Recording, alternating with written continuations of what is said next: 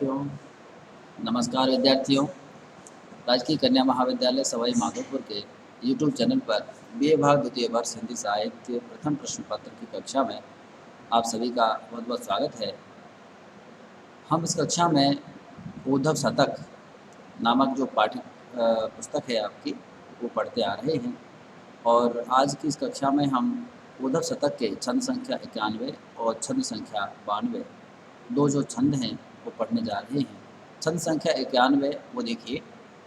रीते पर सकल निसंग कुसुमायुधि के दूरे दूरे कान पहने ताते चले चारों हैं।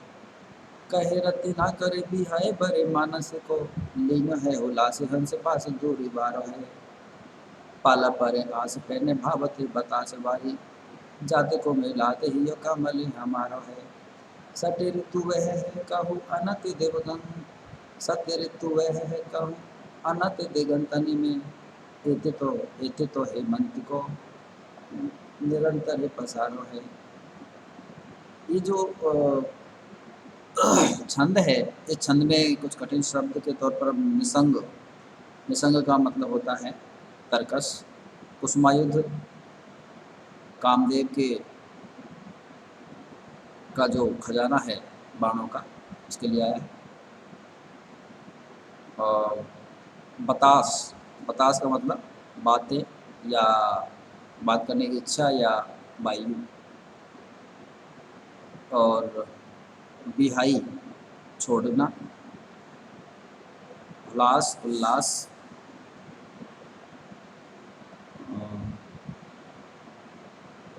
दिगंतन दिगंतनी अनंत दिगंतनी अनंत दिशाओं।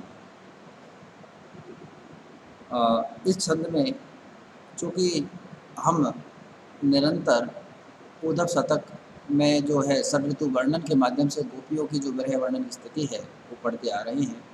और इस छंद में जो है षड्ऋतु वर्णन की परंपरा जो है उसमें यहाँ हम हेमंत ऋतु और उसका विरही जनों पर किस तरह से प्रभाव होता है, इस प्रसंग में गोपियों और उद्धव का जो संवाद चल रहा है तो गोपियाँ उद्धव से हेमंत ऋतु के उनके विरही जो हृदय है उस पर किस तरह से उसका प्रभाव पड़ता है उसी का चित्रण यहाँ किया गया है। गोपियाँ जो है उद्धव से कहने लगी कि प्रीते पर सकल निसंग कुसुमायुधि के दूर दूर कान पहने ताते चले चारों है।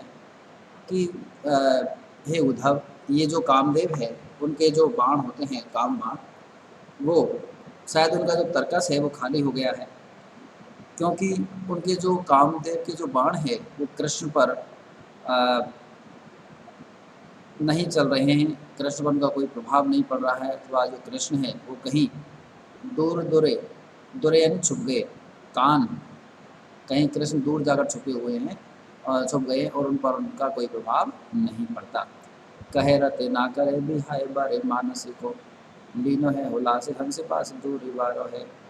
रत्नाकर कवि कहते हैं कि जब श्री कृष्ण मथुरा चले गए उसके पश्चात हमारी जो स्थिति है बिहाय मतलब छोड़ गए, तो उसके बाद हमारी जो स्थिति है मानस हमारा हृदय में बहुत परिवर्तन आ गया है।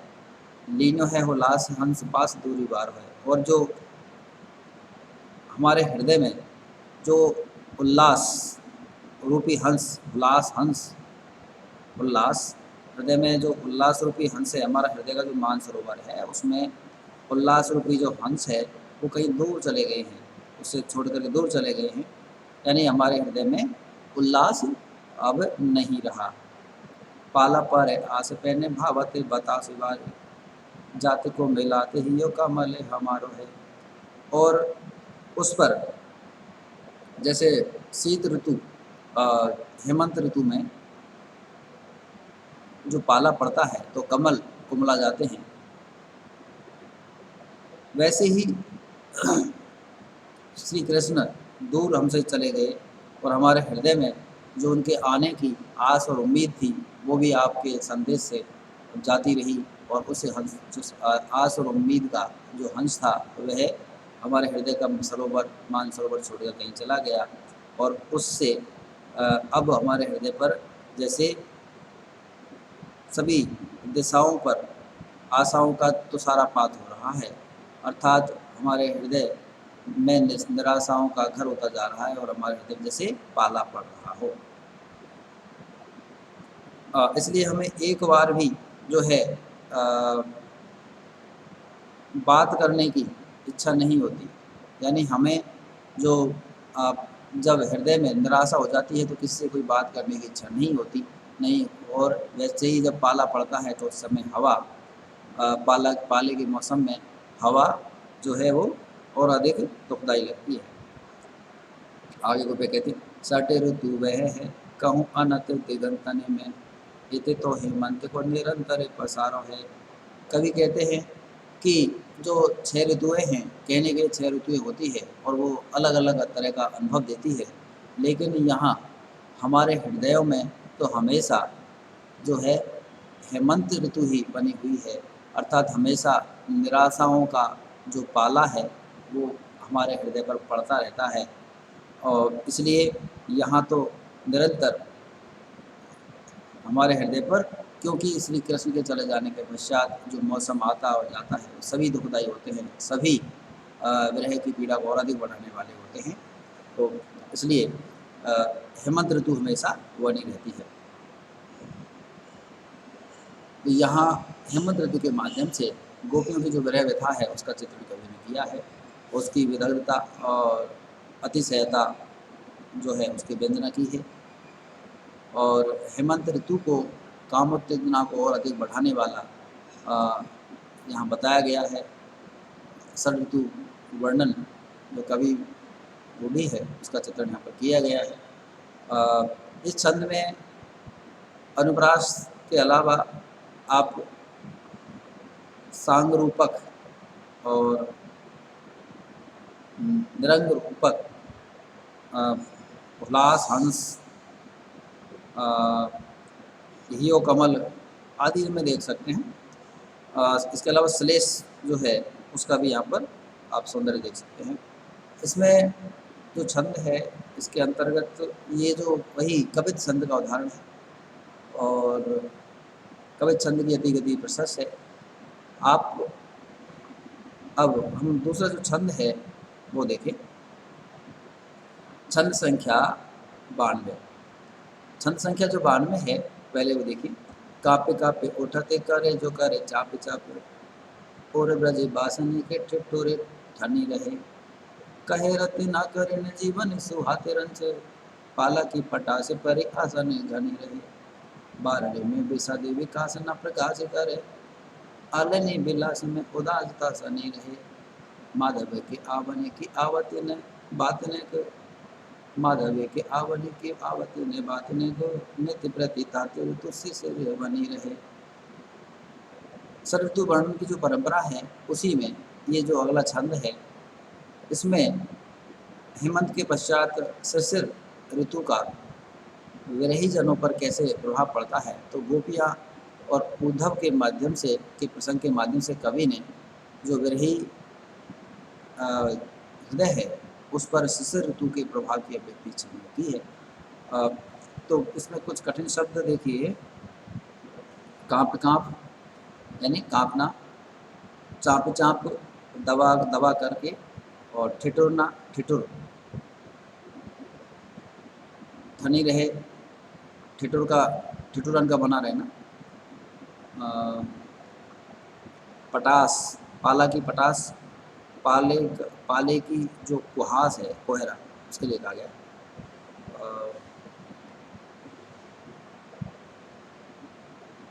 अलनी भ्रमरी सखियों के लिए आया है माधव श्री कृष्ण। ताते ताते यानी इसलिए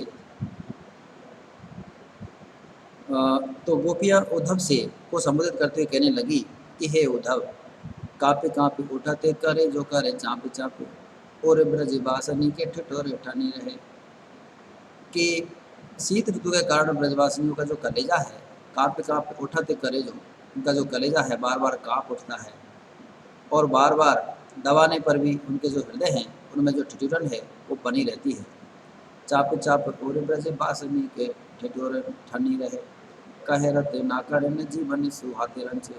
रंचे नहीं, थोड़ा सा पाला की पटास पर आसनी गनी रहे। कि चारों तरफ जब पाले का प्रकोप होता है, ठिठुरन होती है, शीत का प्रकोप होता है, तो जीवन थोड़ा सा भी अच्छा नहीं लगता। तो वो भी यह कहती हैं कि जो ग्रह हम श्री कृष्ण के बिना हमारा जो हृदय है वह बेहरता से पीड़ित है, और उसमें ये जो शिशिर ऋतु का जो पाला है वो हमें और अधिक कष्ट देता है और अधिक दुखदायी होता है। पाला की पटास पर ही आशा निगनी रहे, कि हमारी जो आशाओं पर जैसे पाला पड़ गया है, कि हमें कुछ भी इसलिए अच्छा नहीं लगता, कि कृष्ण मिलन की जो आशाएं हैं वो धुंध की जैसी उन पर छाई हुई है। आगे बारहवीं में बेसा दिव्य कास न प्रकाश करे, अलनी विलास में उदासता सनी रहे। कि जो बाटिका रूपी ब्रजबालाएं हैं उनमें निर्मल जो प्रफुल्लता दिखाई नहीं देती, और उनकी जो भ्रमरी सखियों की आनंद पीड़ा में उदासीनता व्याप्त रहती है। माधव के अवन की अवनी ने बात करने को, नित्य प्रति ताते ऋतु निश्चय से रे बनी रहे। कृष्ण रूपी जो बसंत है उसके शीघ्रता से न आने का, नित्य प्रति या उनके आने की जो का संदेश नहीं मिलने के कारण, कि बिल्कुल भी उनके प्रीतम श्री कृष्ण के आने की कोई सूचना क्योंकि जो बयार है वो नहीं चलती, इसलिए हमेशा यहाँ तो नित्य ही शिशिर ऋतु बनी रहती है। अर्थात यहाँ हमेशा जो है कोहरे से युक्त सर्दी और ठिठुरन का जो पीड़ादायक मौसम होता है, तो वैसा ही हमें श्री कृष्ण के नहीं आने की जो निराशा और कुहासा है उससे हमारा हृदय और अधिक पीड़ा और दुखदायी होता है। जैसे कि शिशिर ऋतु में शिशिर ऋतु व्याप्त होती है। तो इस छंद में भी हम देखते हैं कि षड ऋतु वर्णन और मुख्य रूप से शिशिर ऋतु के वर्णन के माध्यम से गोपी के बड़े बैठाड़ा चित्रण किया है। अनुप्रास श्लेष और सांग रूपक जो अलंकार हैं वो यहाँ इसमें का सौंदर्य आप देख सकते हैं। कवित छंद की यदि गति इसमें प्रशस्य है। ब्रजभाषा की जो पदमैत्री है, काप्य काप्य चाप चाप, ये इस तरह की जो पदमैत्री है और रवानगी इस छंद में का सौंदर्य आपको देखने को मिलेगा। इस तरह से आज की कक्षा हम यहीं समाप्त करते हैं। अगली कक्षा होगी उसमें हम छंद संख्या 93-94 को पढ़ेंगे। तब तक के लिए धन्यवाद।